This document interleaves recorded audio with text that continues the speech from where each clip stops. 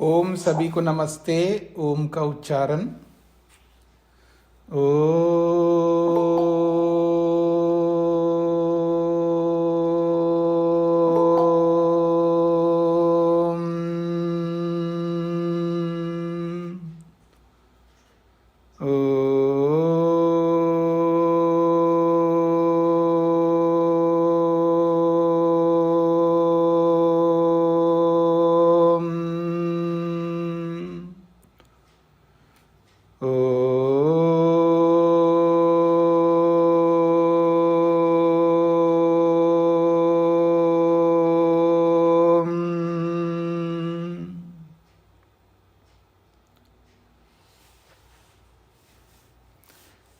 न्याय दर्शन की 217वीं कक्षा है।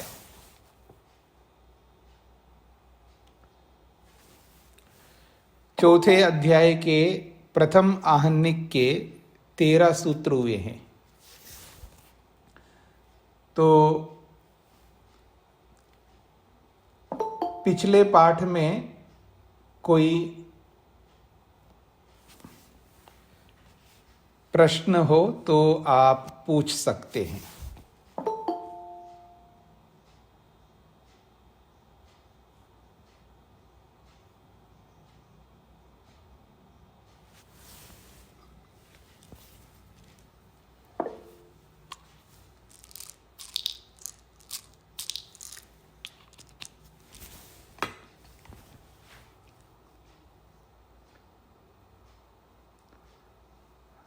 हाँ जी, रचना जी पूछिए। नमस्ते स्वामी जी। ये सूत्र नंबर 9 में ये मैं किताब पढ़ रही थी, ये वाली थी, उसमें एक संदेश आया था। समान जातीय द्रव्यों तथा गुणों का परस्पर समवायी असमवायी निमित्त भेद से विभिन्न प्रकार का कार्य कारण भाव प्रमाण सिद्ध है। तो समवायी का क्या मतलब होता है कि व्यापक? नहीं, पहले आप अपना माइक से थोड़ा सा दूर होकर के बात करिए। समवायी व्यापक नहीं होता है। न्याय वैशेषिक के आधार पर जो कारण होते हैं वो ऐसे कारण होते हैं जो कि एक को निमित्त कारण कहते हैं और एक को समवायी कारण कहते हैं और एक को असमवायी कारण कहते हैं। जब आप वैशेषिक पढ़ेंगे तो तब आपको समझ में आएगा, अभी आपको नहीं समझ में आएगा। हाँ जी, स्पष्ट हुआ आपको? जी ठीक है। हाँ, ये कारण प्रक्रिया जो है थोड़ा ये जटिल है, तो आपको वो जब तक वो पूरी बात नहीं बताएंगे तब तक आपको समझ में नहीं आएगी और उसको बताने के लिए बहुत समय चाहिए। इसलिए आप इतना समझ लेना कि न्याय वैशेषिक में जब कारणों को देखते हैं तो इस रूप में देखते हैं, किसी को समवायी कारण के रूप में देखते हैं, किसी को असमवायी कारण के रूप में देखते हैं और किसी को निमित्त कारण के रूप में देखते हैं। और वो कैसे होते हैं ये जब उस शास्त्र को पढ़ेंगे तभी आपको स्पष्ट होगा। तो अभी तो निमित्त कारण के विषय में जान पाए ना फिर। हाँ, तो जितना यहाँ आवश्यक है उतना ही समझ लीजिएगा। जी जी जी ठीक है जी, धन्यवाद जी। हाँ जी, भीमसेन जी को क्या पूछना था?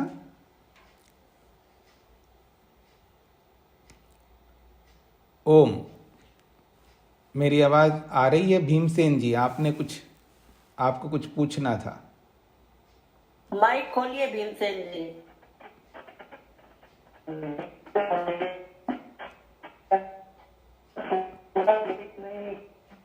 रचना जी, आप अपना माइक बंद करिएगा ना, आपका काम हो गया।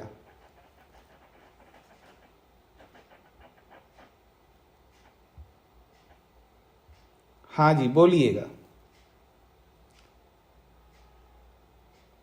भीमसेन जी बताइए। स्वामी जी नमस्ते। जी।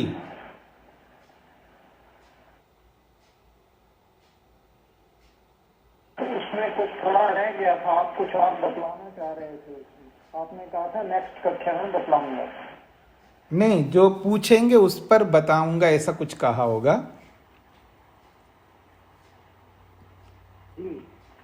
ठीक है जी, धन्यवाद। जी जी जी। तो प्रेम जी को क्या पूछना है?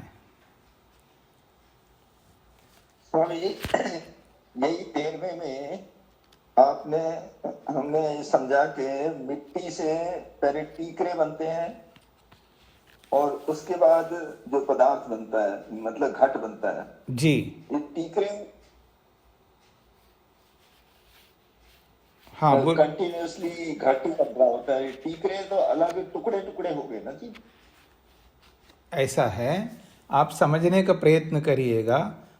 एक साथ घड़ा बनता है या थोड़ा थोड़ा करके घड़ा बनता है, ये बताइए।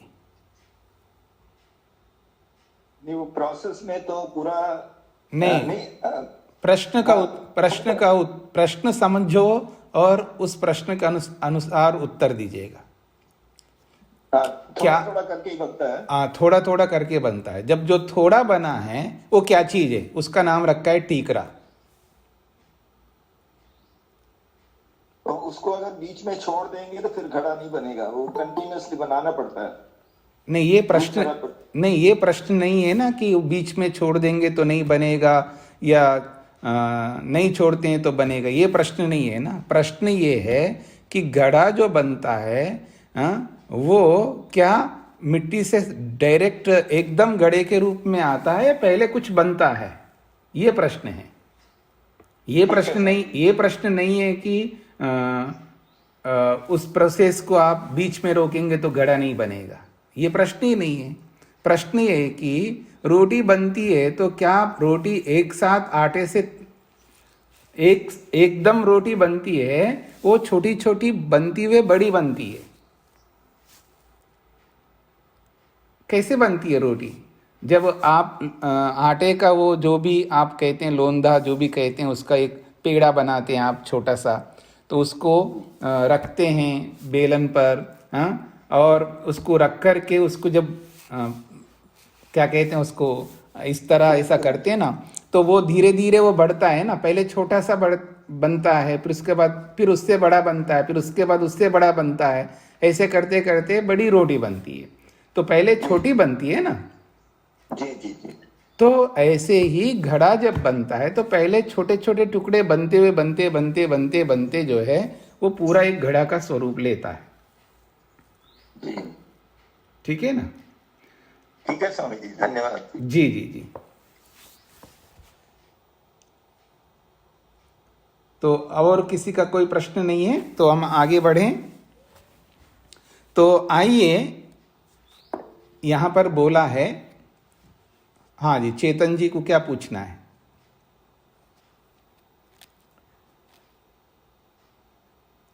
हाँ जी, पहले जब आप हाँ जी स्वामी जी, निवेदन बोलिए।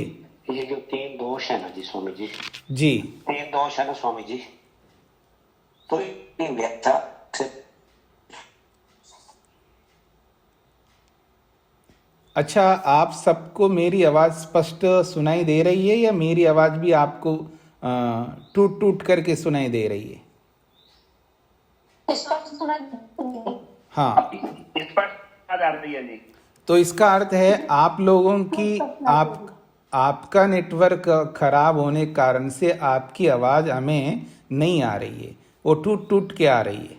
तो अपने नेटवर्क को मजबूत बनाइए। ये जो 3 दोष है ना स्वामी जी, जी 3 दोष है ना जी।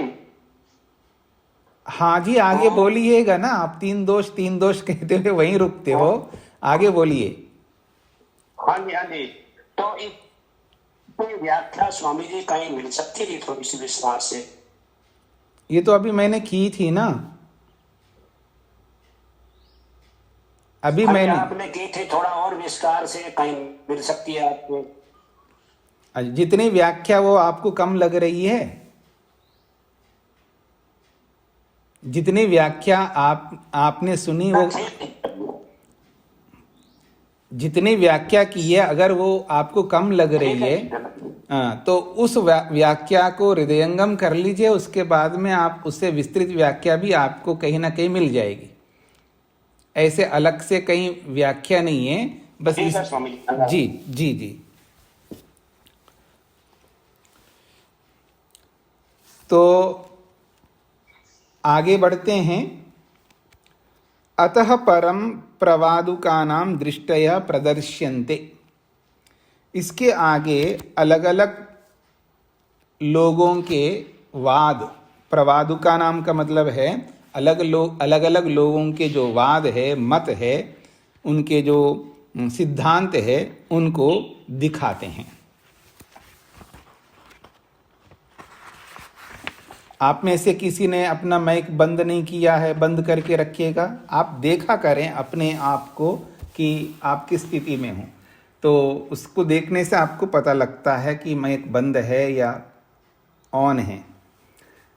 तो देखिएगा आगे एक प्रवाद, एक अभिमत, एक सिद्धांत प्रस्तुत कर रहे हैं जो लोग ऐसा मानते हैं। वो कहते हैं अभावात भावोत्पत्ति नानुपमर्द्य न अनुपमृद्य प्रादुर्भावात्। अभावात भावोत्पत्ति न अनुपमृद्य प्रादुर्भावात्। उनका ये सिद्धांत है अभावात भावोत्पत्ति, अभाव से भाव की उत्पत्ति होती है। उसमें उन्होंने उदाहरण दिया है अनुपमृद्य, बिना नष्ट किए प्रादुर्भाव नहीं होने से। अर्थात जैसे कोई बीज है तो उस बीज को नष्ट किए बिना अंकुर उत्पन्न नहीं होता है। बीज नष्ट होता है फिर अंकुर उत्पन्न होता है, तो नष्ट होने के बाद अंकुर उत्पन्न हो रहा है। बीज नष्ट होता है, उसके बाद अंकुर उत्पन्न होता है। तो कहता है उपमृद्य न उपमृद्य, बिना नष्ट किए, बीज को बिना नष्ट किए अंकुर उत्पन्न ना होने से। इससे क्या सिद्धांत निकल के आता है कि ये नष्ट होता है, उसके बाद में अंकुर उत्पन्न होता है, तो अभाव से भाव की उत्पत्ति होती है, ऐसा वो सिद्धांत स्थापित कर रहा है। तो अभाव से भाव की उत्पत्ति होती है बीज के नष्ट होने पर ही अंकुर उत्पन्न होने से। सूत्र स्पष्ट हो गए ना? अब आके देखिएगा। असतः सदुत्पद्यते इति अयम पक्ष। एक ऐसा पक्ष, एक ऐसा सिद्धांत है, वो ये मानते हैं अभाव से भाव की उत्पत्ति होती है। अभाव का मतलब नहीं है, अभाव का मतलब नहीं है, और उस नहीं से है की स्थिति आती है। तो कहते हैं अभाव अर्थात कुछ नहीं है, उसको अभाव कहते हैं। या अर्थात अभाव का अर्थ नहीं, किसी वस्तु की अविद्यमानता को अभाव कहते हैं। उस अभाव से फिर वस्तु की विद्यमानता हो जाती है, अर्थात वस्तु नहीं है, ये अभाव है, अब वस्तु आ गई। तो जो वस्तु आ रही है वो अभाव से आ रही है, अभाव को दर्शाया है, फिर उसके बाद वस्तु की उत्पत्ति दर्शा रही है। तो वस्तु की उत्पत्ति जो दर्शाई जा रही है वो अभाव से दर्शाई जा रही है, इसलिए अभाव से भाव की उत्पत्ति होती है, ऐसा उसका सिद्धांत है। तो असत से सत की उत्पत्ति होती है, ये पक्ष है।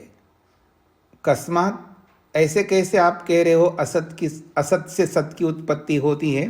तो कहता है उपमृद्या प्रादुर्भावात्। जैसे कि बीज जो होता है वो बीज उपमृद्या, उपमृद्या का अर्थ होता है नष्ट हो करके, अर्थात नष्ट होने के बाद।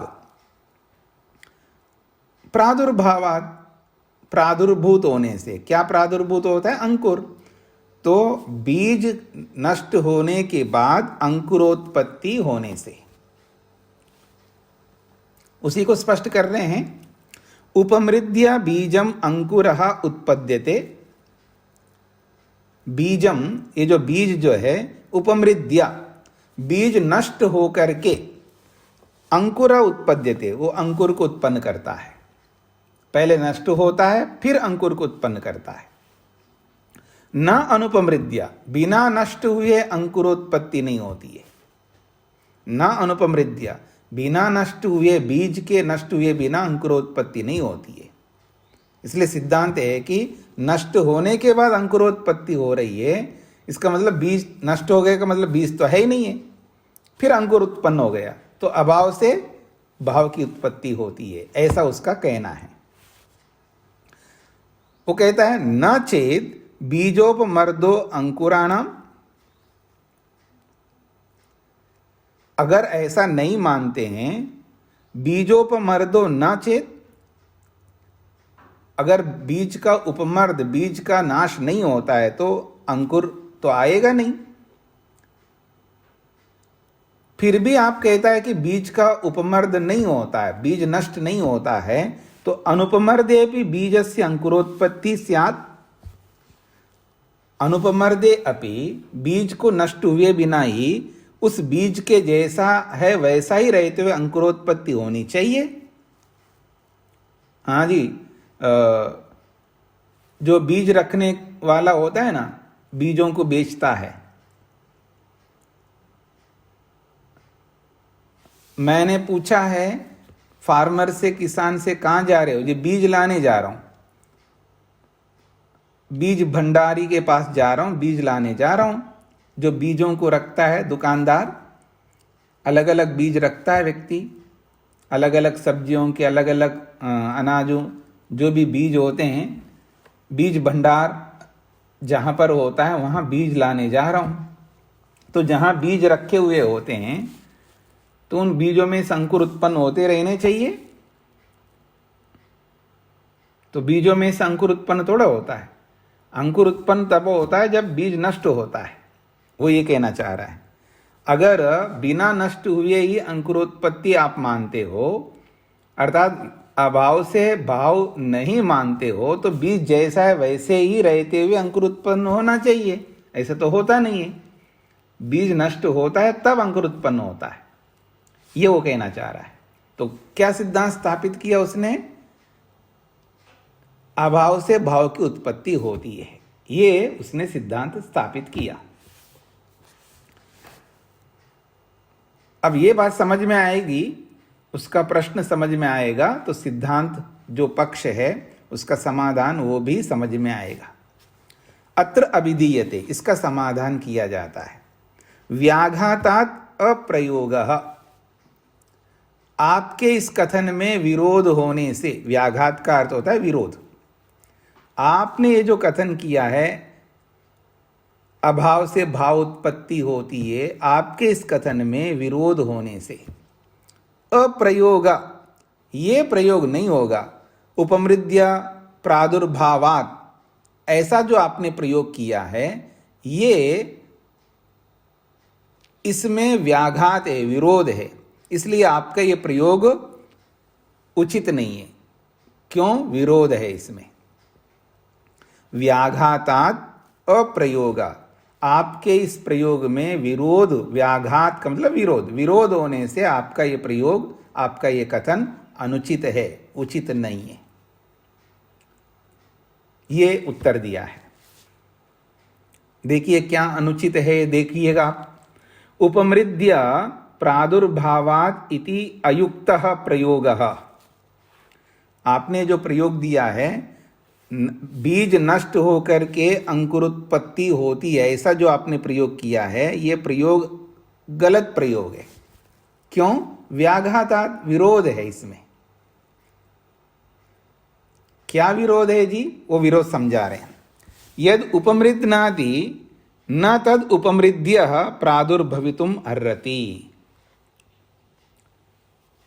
वाक्यों को समझने का प्रयत्न करिएगा। यद उपमृद्नाति, जो नष्ट कर रहा है,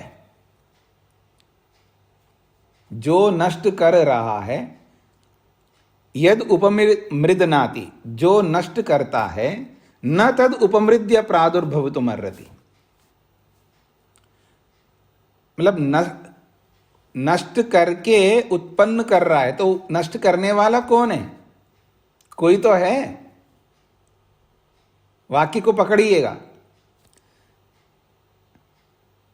जैसे मैं कहूंगा नष्ट करता है, कौन नष्ट करता है जी? नष्ट करने वाला कोई रहेगा ना अलग, करता, नष्ट होने वाली चीज अलग है और नष्ट करने वाला कोई अलग है, ठीक है ना। यद उपमृद नाति, जो नष्ट करता है, न तद, वो नष्ट करने वाला, उपमृद्या, नष्ट होकर के, प्रादुर्भवितुमर्हति, वो उत्पन्न नहीं हो सकता।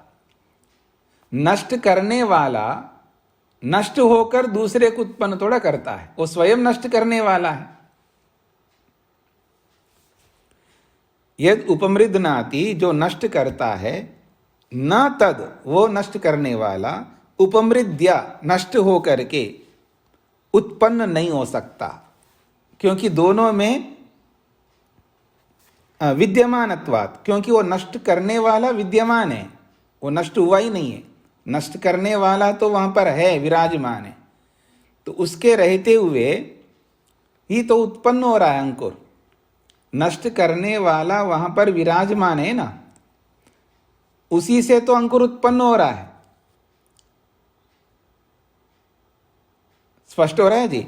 यद उपमृद नाति, जो नष्ट करता है, न तद उपमृद्या, वो नष्ट नहीं हो रहा है, वो नष्ट हुए बिना ही न तद उपमृद्या, वो मरा नहीं है, तो प्रादुर्भवतुम न अर्हति, फिर वो न उत्पन्न नहीं हो सकता। तद उपमृद्या, न तद उपमृद्या, फिर वो नष्ट होकर के ऐसा नहीं कह सकते। अर्थात जो नष्ट कर रहा है, नष्ट करने वाले को नष्ट होकर ऐसा नहीं बोल सकते। नष्ट करने वाला तो वहां विराजमान है ना, इस बात को समझने का प्रयत्न करिएगा। जैसे मैं कहूंगा नष्ट करता है, तो नष्ट करने वाला तो है वहां पर, जो नष्ट करने वाला वो है, उसके रहते हुए आप ये नहीं कह सकते नष्ट होकर के। रहने वाले को, विद्यमान को नष्ट हो गया ऐसा नहीं बोल सकते, वो तो विद्यमान है वहां पर।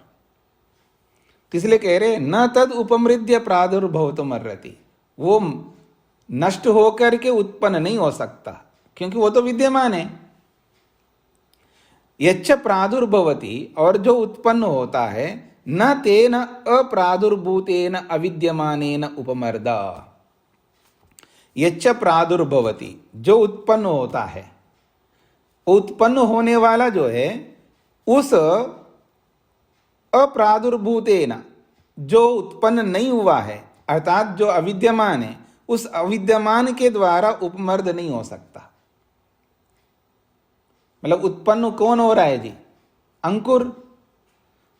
जो अंकुर उत्पन्न होने वाला तो अंकुर है, तो अंकुर आया ही नहीं है, वो अंकुर आया ही नहीं है, अर्थात वो अविद्यमान है।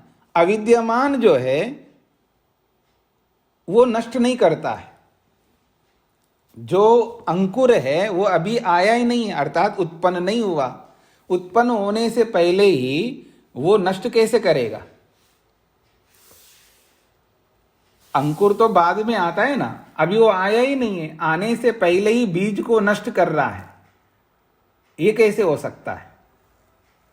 इसको समझने का प्रयत्न करिएगा। जो उत्पन्न हुआ ही नहीं है वो बीज को कैसे नष्ट करेगा? वो अभी आया ही नहीं है, वो वर्तमान ही नहीं है। इसको समझ रहे हैं ना आप लोग?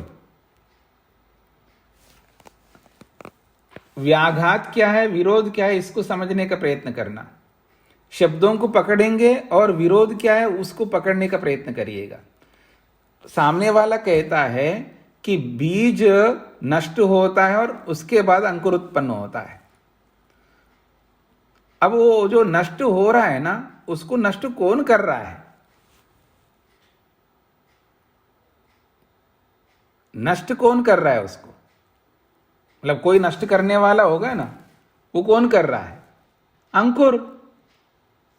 वो अंकुर तो आया नहीं, अभी उत्पन्न हुआ ही नहीं है ना, अभी उस पैदा ही नहीं हुआ है, तो वो है ही नहीं है, तो अभाव से वो नष्ट नहीं हो सकता। अगर कोई नष्ट होगा तो वो भाव से होगा ना। ये स्पष्ट हो रहा है आप लोगों को? तो इसलिए कह रहे हैं यद उपमृद नाति, जो नष्ट कर रहा है, न तद उपमृद्य प्रादुर्भवितुमर्हति, वो उपमृद्य अर्थात नष्ट करके उत्पन्न नहीं हो सकता। क्यों? विद्यमानत्वाद, वो तो पहले से विद्यमान है। जो नष्ट करने वाला है वो पहले से विद्यमान है ना, तभी तो नष्ट करेगा किसी को। मैं किसी को मार रहा हूं, मैं हूं तभी तो मार रहा हूं। अगर मैं ना हूं तो किसी को कैसे मार सकता हूं? ये स्पष्ट हो रहा है आप लोगों को?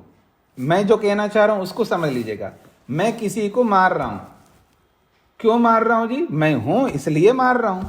अगर मैं ना हूं तो नहीं मार सकता ना। तो वो विद्यमान है ना, तो उस विद्यमान को समझ लीजिएगा। तो जो मारने वाला वो है पहले से,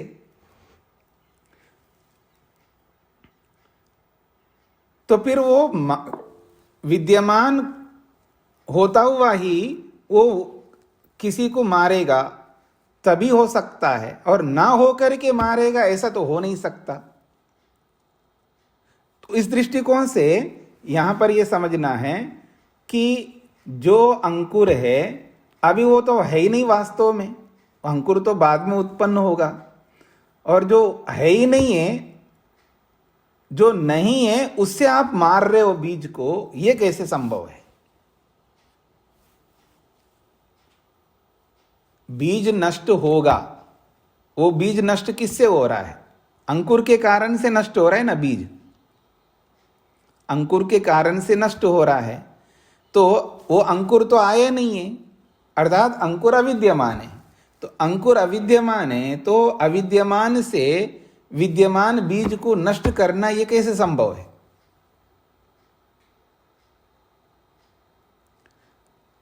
फिर भी आप बोल रहे हो नष्ट, उसको नष्ट करके उत्पन्न होता है, और नष्ट करके उत्पन्न होता है वो तो पहले से है, पहले से विद्यमान है।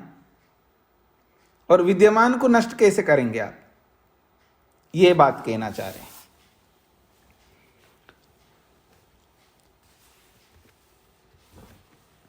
हाँ जी, कुछ स्पष्ट हो रहा है?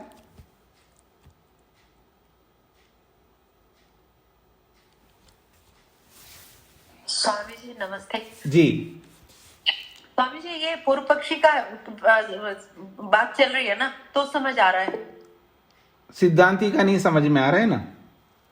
जी नहीं। हाँ, सिद्धांती का नहीं समझ में आ रहा है। ये जो शब्द है, इस शब्दावली को पकड़ना है। यद उपमृद नाति न तद उपमृद्य प्रादुर्भवितुमर्हति, जो नष्ट करता है, नष्ट करता है का मतलब नष्ट करने वाला, नष्ट करने वाला तो विराजमान है ना, विद्यमान है। तो न तद उपमृद्य, नष्ट करने वाला स्वयं नष्ट होकर के किसी को उत्पन्न नहीं कर सकता। क्योंकि ये जो बीज है ना, बीज जो है, आप पहले इसको समझने का प्रयत्न करेगा। अंकुर किससे उत्पन्न हो रहा है जी? बीज से उत्पन्न हो रहा है। अंकुर किससे उत्पन्न हो रहा है? बीज से उत्पन्न हो रहा है। तो बीज से उत्पन्न हो रहा है, तो बीज है तभी तो अंकुर उत्पन्न होगा। और जिससे उत्पन्न होने वाला अंकुर है उसी को आप नष्ट कर रहे हो, तो वो जब वो नष्ट होने के बाद अंकुर कैसे आएगा? इसको देखिएगा। जो नष्ट करने वाला है उसी को आपने उसको नष्ट कर रहे हो, उसके बाद अंकुर कैसे आएगा? जिससे अंकुर आता है, जिस बीज से अंकुर आता है उसी को आपने नष्ट कर दिया। अब वो है ही नहीं है, अब अंकुर कहां से लाओगे? इस रूप में भी आप देखेंगे तो समझ में आ जाएगा। बीज समाप्त हो गया, बीज ही नहीं रहा, अब अंकुर कहां से लाओगे? अंकुर ला नहीं सकते। आप जो आपको ऐसा लगता है ना कि बीज नष्ट होता, यही तो प्रश्नकर्ता कह रहा है। हमारे मन में क्या होता है, हमको ऐसा लग रहा है कि बीज नष्ट होता है फिर अंकुर उत्पन्न होता है। हमारे मन में जो है उसी को ध्यान में रख करके तो प्रश्नकर्ता कर रहा है। वास्तव में ऐसा नहीं हो रहा है ना। अगर बीज नष्ट होता है का इसका मतलब है अब वो बीज नष्ट हो गए, मान लीजिए अब कुछ है ही नहीं है, फिर अंकुर लाओगे कहां से? बिना कारण के कार्य कैसे करोगे आप? कारण के बिना कार्य नहीं आ सकता है ना, कारण को होना पड़ता है। कारण हो तब कार्य उत्पन्न होता है, और कारण तो आपने हटा दिया। अब कारण के हटाने के बाद में कार्य कैसे लाओगे? कार्य को तो ला नहीं सकते। तो यद उपमृदनाति न तद उपमृद्य प्रादुर्भवतुम अर्हति। आप हिंदी को भी देखेंगे ना, यहां पर स्पष्ट होगा, जो बीज का नाश करता है, जो बीज का नाश करता है वह नष्ट होकर पुनः प्रादुर्भूत नहीं हो सकता। जो बीज का नाश कर रहा है वह नष्ट होकर पुनः प्रादुर्भूत नहीं हो सकता। क्यों? क्योंकि वह तो विद्यमान है, वो तो पहले से विद्यमान है। जो विद्यमान है वो नष्ट होकर के फिर उत्पन्न होता है, ऐसा तो हो नहीं सकता है। तथा जो प्रादुर्भूत होता है वह अप्रादुर्भूत द्रव्य अर्थात अविद्यमान होने से बीज को विनष्ट कैसे करेगा?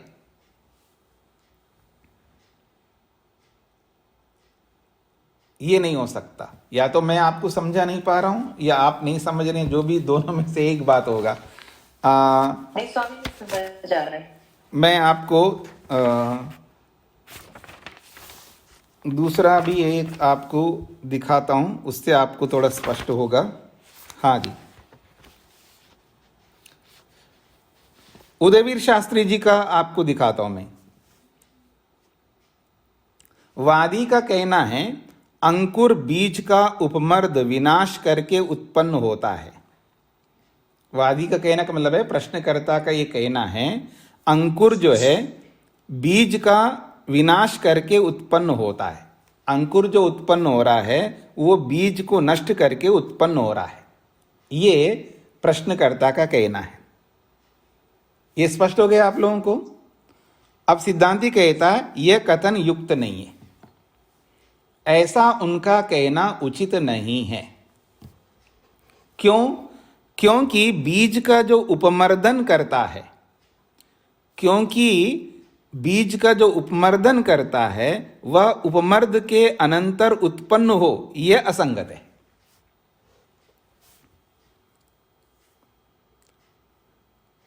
बीज का जो उपमर्दन करता है वह उपमर्द के अनंतर उत्पन्न हो, वह असंगत है। क्योंकि जो उपमर्दन करने वाला है वो तो पहले से विद्यमान है, वह उपमर्द के अनंतर उत्पन्न हो, यह असंगत है।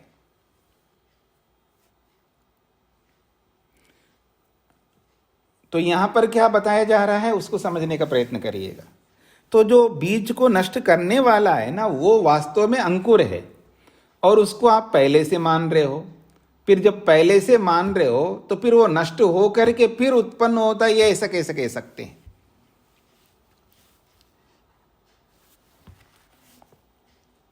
हाँ जी, यहां तक आपको पकड़ में आ गए जी।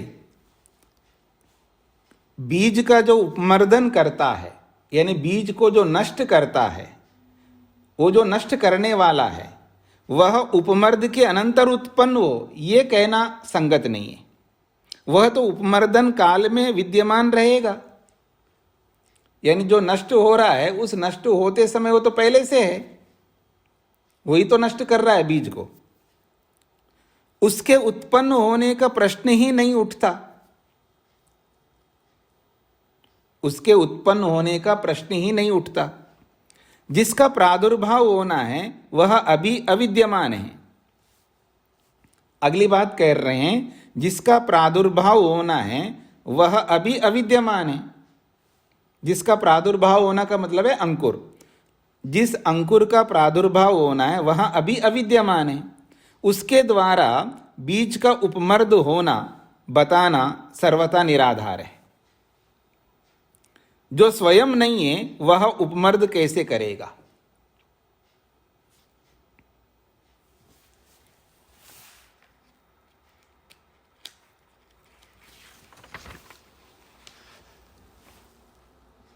यदि कहा जाए उपमर्द एक कार्य है।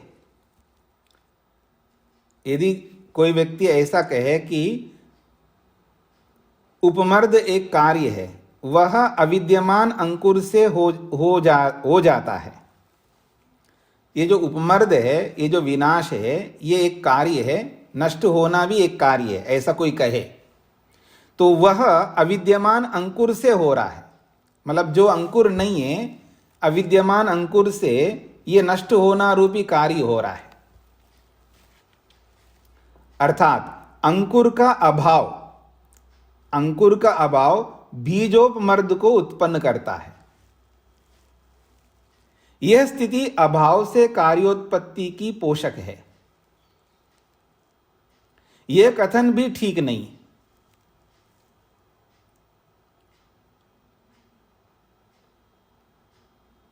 यह कथन भी ठीक नहीं है। पहली बात यह है, कार्य उपमर्द स्वरूप से अभाव है। कार्य जो है, जो नष्ट होना रूपी जो कार्य है, वो अपने स्वरूप से तो अभाव है। उसका कारण अंकुराभाव बताया। मतलब जो अभी नष्ट हुआ नहीं है, जो नष्ट होना है, तो जो नष्ट होना है अभी तो वो नष्ट हुआ नहीं है। तो अंकुर का बीज का जो उपमर्दन है, वो उपमर्दन स्वरूप से अभाव है। अभी उपमर्दन हुआ नहीं, अभी नष्ट हुआ नहीं है। उसका कारण अंकुर अभाव को बताना, अर्थात उसको नष्ट करने का जो कारण है वो अंकुर का न होना, ये बताना। ये अभाव से अभाव की उत्पत्ति का निर्देशक है। अभाव से अभाव की उत्पत्ति का निर्देशक है। अभाव से अभाव की उत्पत्ति करवा रहे हो आप। आपका ये जो सारा कथन है वो अभाव से अभाव की उत्पत्ति बताने वाली है, लेकिन आप उल्टा कर रहे हो। अभाव से भाव की उत्पत्ति बता रहे हो। अभाव से भाव की उत्पत्ति नहीं हो रही है, अभाव से अभाव की उत्पत्ति हो रही है आपके इस कथन से, ये कहना चाह रहे हैं।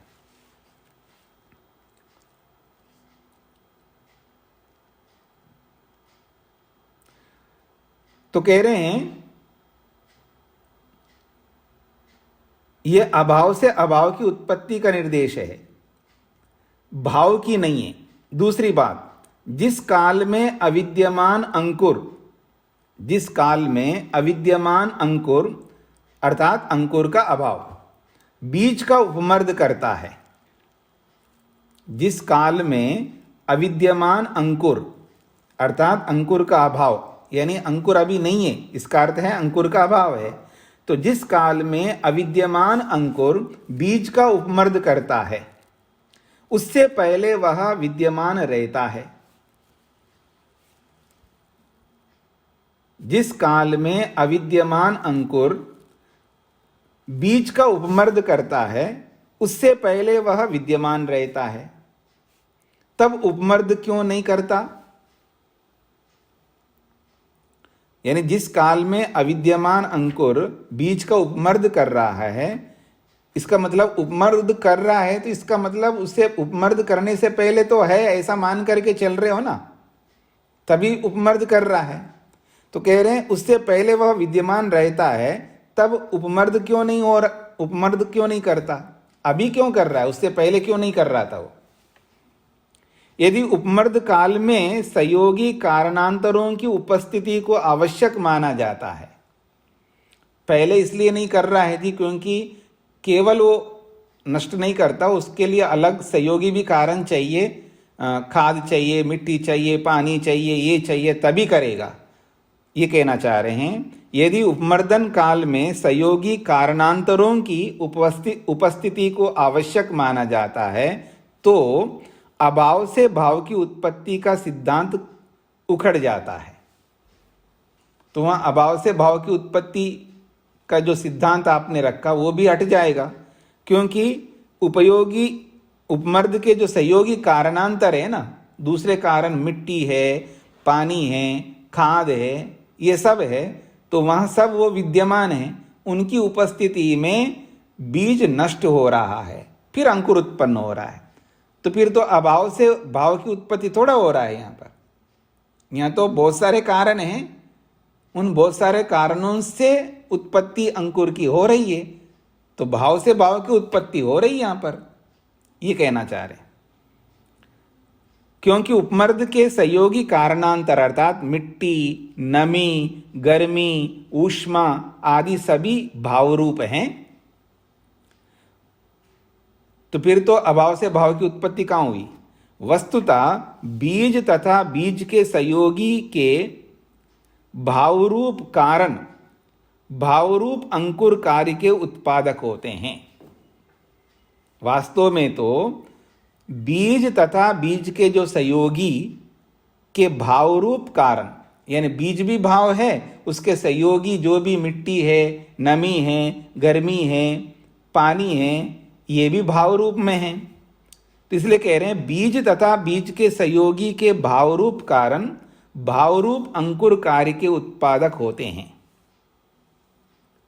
उन्हें अंकुराभाव का सहयोगी बताकर, उन सहयोगी कारणों को अंकुराभाव का सहयोगी बताकर बीजोपमर्द का कारण कहना वस्तुस्थिति का शीर्षासन कर देना है।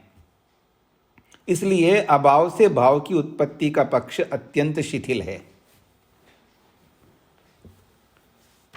फिर एक बार इसको देखिएगा, जो अभी पढ़ा है इसी को और एक बार समझने का प्रयत्न करिएगा। आपके पास पुस्तक है, ये देखिएगा। वादी कौन सी पुस्तक? उदयवीर शास्त्री जी का।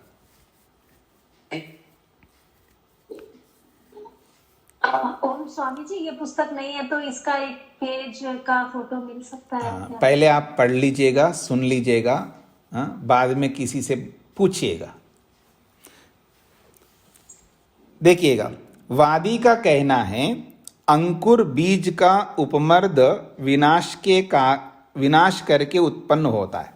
यानी प्रश्नकर्ता का कहना है अंकुर बीज का उपमर्द अर्थात विनाश करके उत्पन्न होता है।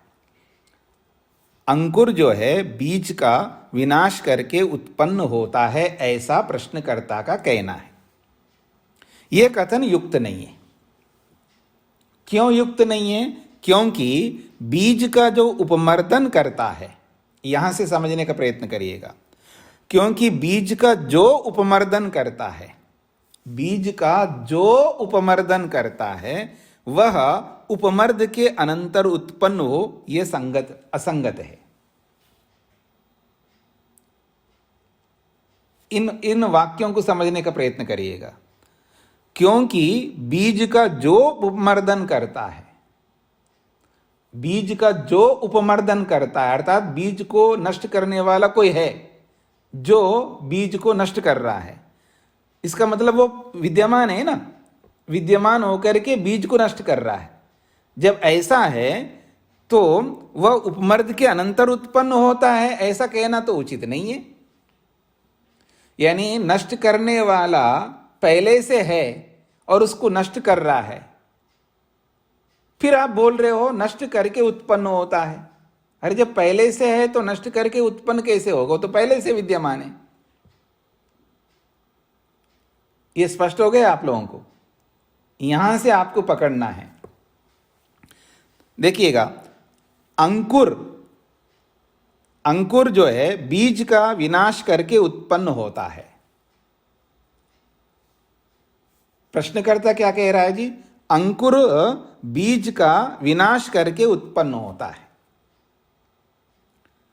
तो बीज का विनाश कौन कर रहा है जी? अंकुर कर रहा है। इसका मतलब पहले से है वो। प्रश्नकर्ता ही बोल रहा है ना ये बात। प्रश्नकर्ता क्या बोल रहा है उसका वाक्य को पकड़िएगा। इसलिए तो मैंने कहा था आपको प्रश्नकर्ता क्या कह रहा है उसके वाक्य को पकड़ने का प्रयत्न करना। प्रश्नकर्ता ये कहता है अंकुर बीज का विनाश करके उत्पन्न होता है। तो बीज का विनाश कौन कर रहा है? अंकुर कर रहा है। इसका मतलब पहले से है, यही तो सिद्ध होगा ना। अंकुर बीज का नाश करके उत्पन्न होता है। आपका वाक्य देखिएगा ना, अपने वाक्य को पकड़ो। प्रश्नकर्ता के वाक्य को प्रश्नकर्ता के रूप में पकड़ना, अंकुर बीज का नाश करके उत्पन्न होता है, ऐसा उसने बोला। तो ये कथन उसका उचित नहीं है। क्यों उचित नहीं है? वो दिखा रहा है क्योंकि बीज का जो उपमर्दन करता है, तो बीज का उपमर्दन जो कर रहा है वो कौन है? अंकुर ही तो कर रहा है ना। इसका मतलब वो पहले से है। जब पहले से है तो वो बीज को नष्ट करके उत्पन्न होता है, ये बोलना तो विरोध है ना। पहले तो है बता रहे हो, फिर बता रहे हो नष्ट करके उत्पन्न होता है। तो या तो पहले वाला कथन गलत है या बाद वाला कथन गलत है, दोनों में विरोध है बोल करके फिर उत्पन्न होता है जो बोलना है, दोनों में विरोध नहीं दिख रहा है आपको? इस तरह पकड़ने का प्रयत्न करिएगा तो देखिएगा यह कथन युक्त नहीं है, क्योंकि बीज का जो उपमर्दन करता है वह उपमर्द के अनंतर उत्पन्न हो, यह असंगत है।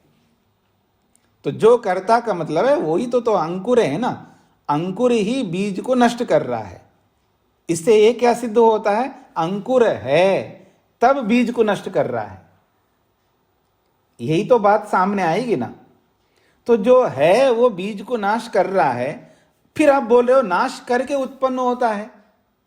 अरे भले आदमी वो तो पहले से है, आपके कथन के अनुसार, आपके कथन के अनुसार वो तो पहले से है, फिर नष्ट करके उत्पन्न होता है, ऐसा जो बोला जा रहा है ये वदतो विघात है। अपनी बात को आप खंडित कर रहे हो, ये इसका अभिप्राय है। वह तो उपमर्दन काल में, इसको स्पष्ट कर रहे हैं, वह तो उपमर्दन काल में विद्यमान रहेगा। मतलब नष्ट होने के काल में वो तो विद्यमान है, उसके उत्पन्न होने का प्रश्न ही नहीं उठता। उसका उत्पन्न होने का प्रश्न ही नहीं उठता, क्योंकि वो पहले से है, वही तो नष्ट कर रहा है। आप एक बात बताइए, जो नष्ट कर रहा है वो कैसे उत्पन्न होगा? जो अंकुर बीज को नष्ट कर रहा है वो कैसे उत्पन्न होगा? वो तो पहले से है, और आप कह रहे हो उत्पन्न होगा। तो ये विरोध दोनों में, यहां स्पष्ट हो गया आप लोगों को? अब आगे देखिएगा, जिसका प्रादुर्भाव होना है, जिसका प्रादुर्भाव होना है अर्थात जिसको उत्पन्न होना है वह अभी अविद्यमान है। जिसका प्रादुर्भाव होना है वह अभी, अब दूसरी बात कर रहे हैं, मतलब अंकुर का प्रादुर्भाव होना है, तो अभी हमको दिख रहा है कि अंकुर नहीं दिख रहा है, अर्थात अविद्यमान है। तो जिसका प्रादुर्भाव होना है अर्थात जिस अंकुर का प्रादुर्भाव होना है, उत्पन्न होना है, वह अभी अविद्यमान है। उसके द्वारा बीज का उपमर्द होना, ऐसा बताना सर्वथा निराधार है। क्यों? जो स्वयं नहीं है वह उपमर्द कैसे करेगा? यह दूसरी बात कही जा रही है। पहले एक अलग बात कही है, अब दूसरी बात कही है, इसको भी समझ लीजिएगा।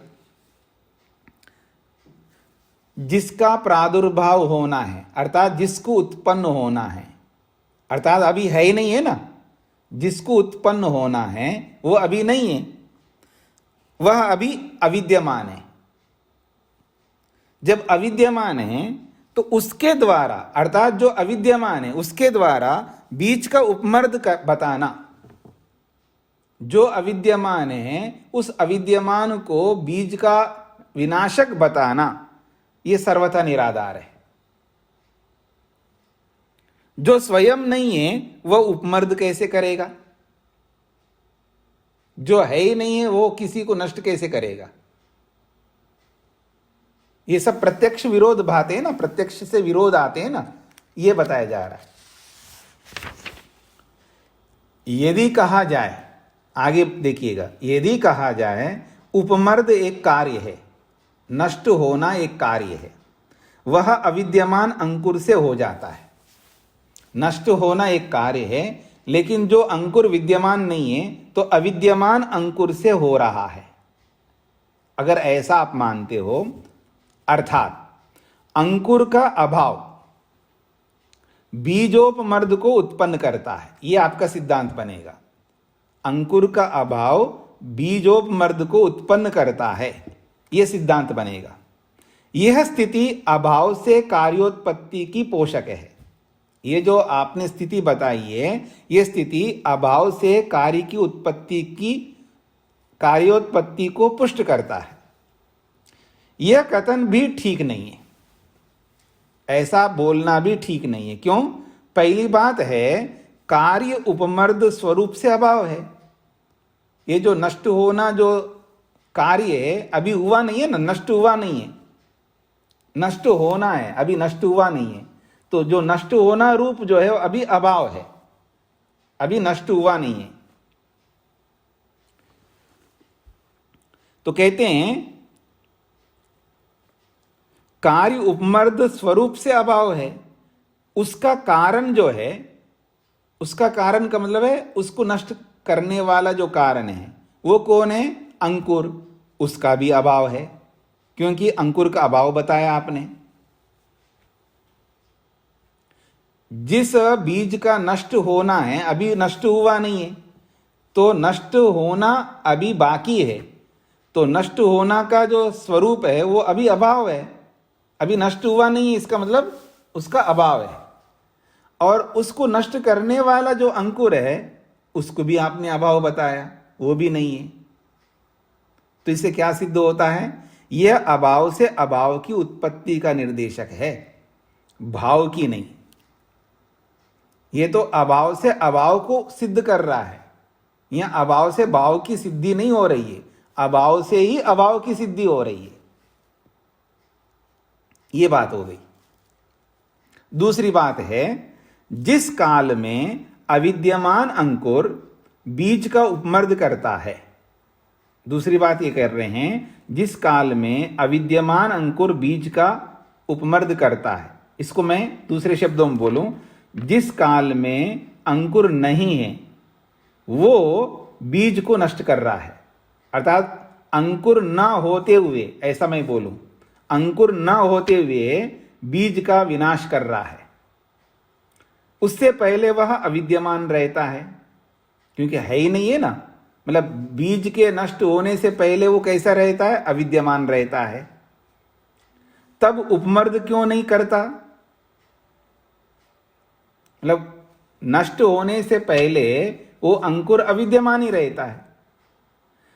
अविद्यमान होकर के बीज को नष्ट कर रहा है, तो अभी क्यों कर रहा है? उससे पहले क्यों नहीं कर रहा था? अभी इसमें तो लिखा हुआ है।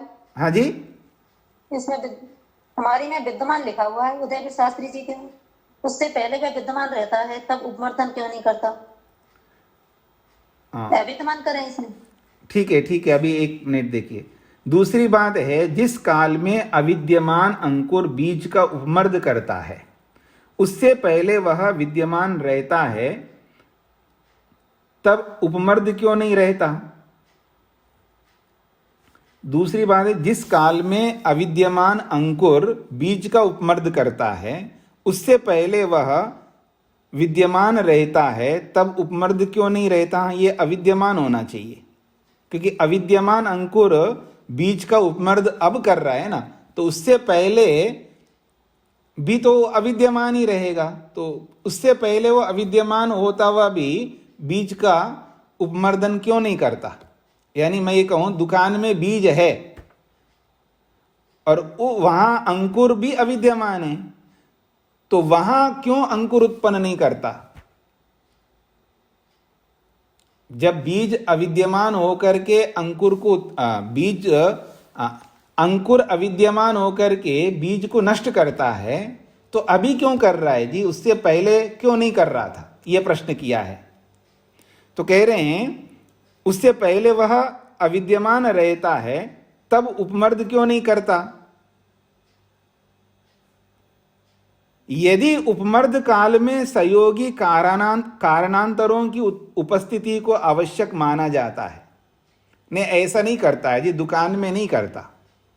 बीज को कहीं भी रखो तब नहीं करता है, पत्थर पे रखो या कहीं किसी प्लास्टिक में बंद करके रखो, ऐसे नहीं करता है।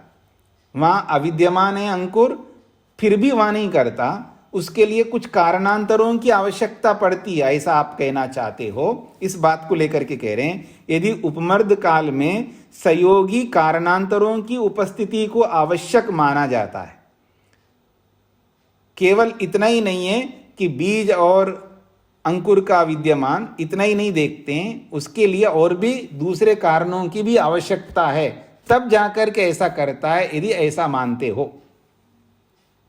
तो यदि उपमर्द काल में संयोगी कारणांतरों की उपस्थिति को आवश्यक माना जाता है, तो अभाव से भाव की उत्पत्ति का सिद्धांत उखड़ जाता है। फिर तो अभाव से भाव की सिद्धि नहीं हो पाएगी। क्यों?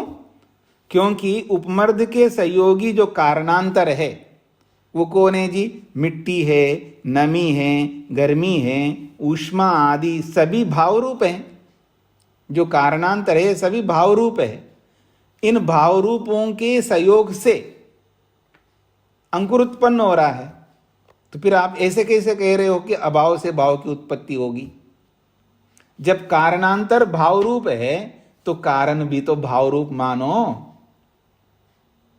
मतलब जिससे उत्पन्न हो रहा है अंकुर, उसको तो आप अभाव मान रहे हो और कारणांतरों की भाव मान रहे हो, फिर भी अभाव से भाव की उत्पत्ति कह रहे हो।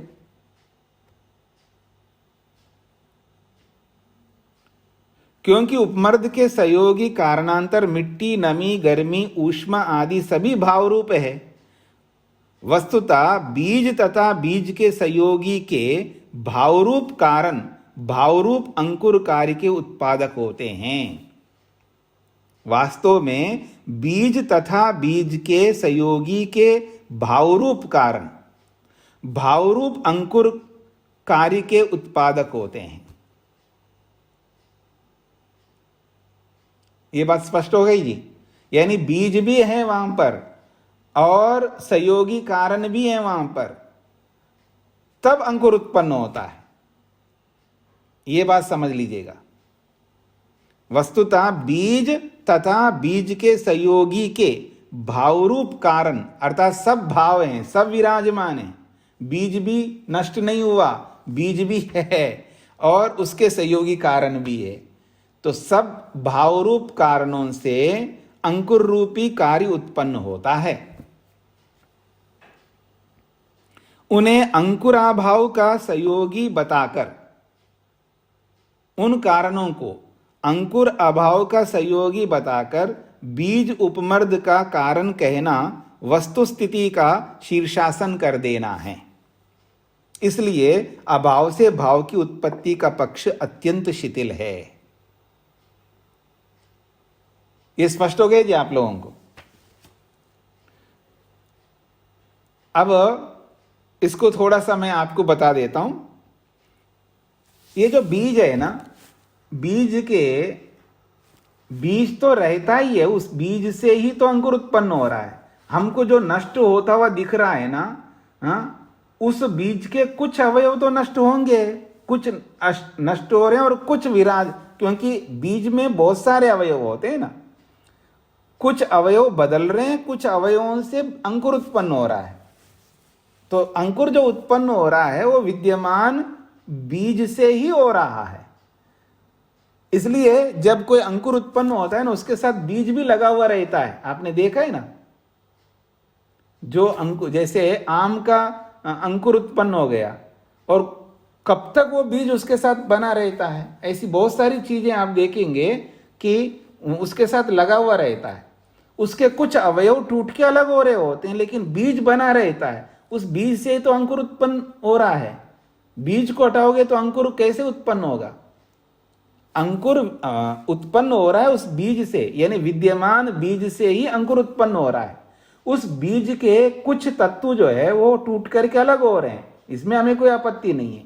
इसका ये अर्थ नहीं है कि बीज पूरा समाप्त हो गया और फिर अंकुर उत्पन्न हो रहा है, ऐसा तो होता नहीं है।